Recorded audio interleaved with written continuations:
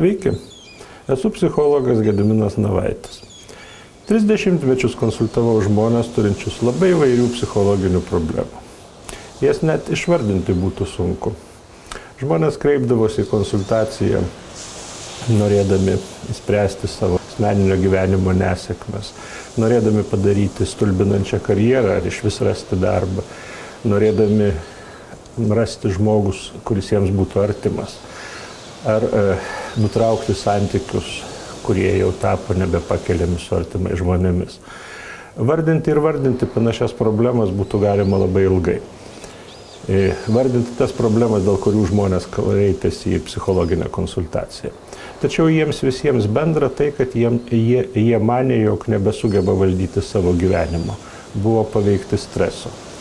Jeigu jie būtų žinoję tai, ką šiuose televizijos laidose išgirsite jūs, stresą jie būtų valdę geriau. Nes visiems jiems buvo bendra tai, kad jie jautė streso poveikį.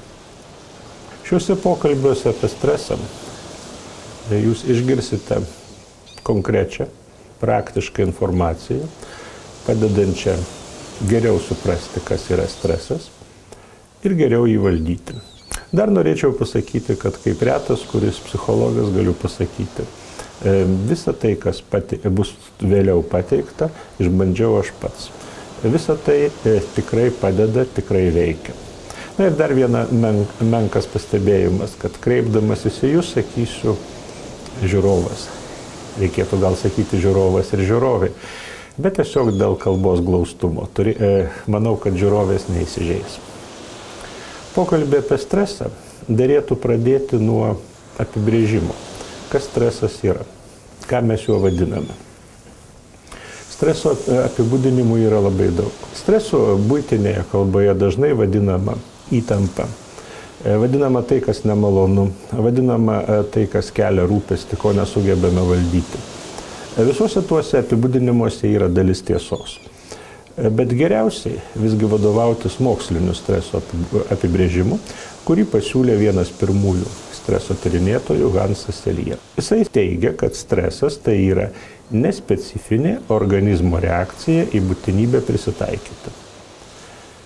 Aš žinau, kad pasakius nors kiek tarptautinių žodžių, pavyzdžiui, nespecifinė, daug kas tarsi neužgirsta, praleidžia šitą apibrėžimą. Bet vertėtų jį pasiaiškinti ir įsigilinti. Suprasti, ką reiškia šie žodžiai. Nes šis apibrėžimas sako, kad į daugybę įvairiausių poveikių, į šaltį, karštį, pasikeitusias darbo sąlygas, mylimo žmogaus neištikimybę, ekonominės šalies problemas, į visą tai reaguojame vienodai, tai yra nespecifiškai. Todėl stresą galima savotiškai prilyginti pakilusiai kūno temperatūrai. Iš jos negalime spręsti, kokią ligą žmogus serga, bet žinome, kad ne viskas tvarkoje. Ir kitas svarbus dalykas, kurį irgi reikia pabrėžti, kad stresas tai yra reagavimas į būtinybę prisitaikyti. O reaguoti galima dviem būdais. Organizmas pasirengia arba bėgti, arba pulti kovoti. Bet visais atvejais pasikeičia raumenų tonusas, pasikeičia kvėpavimo ritmas, širdies ritmas, žmogus pasiruošia veikti. Gamtoje veikimas, kaip sakiau, arba bėgti, arba pulti. Mūsų visuomeninėme gyvenime ne visada galime tai padaryti. Štai todėl stresas ir veikia žmogų ir daro jam poveikį ir kartais labai negatyvų poveikį.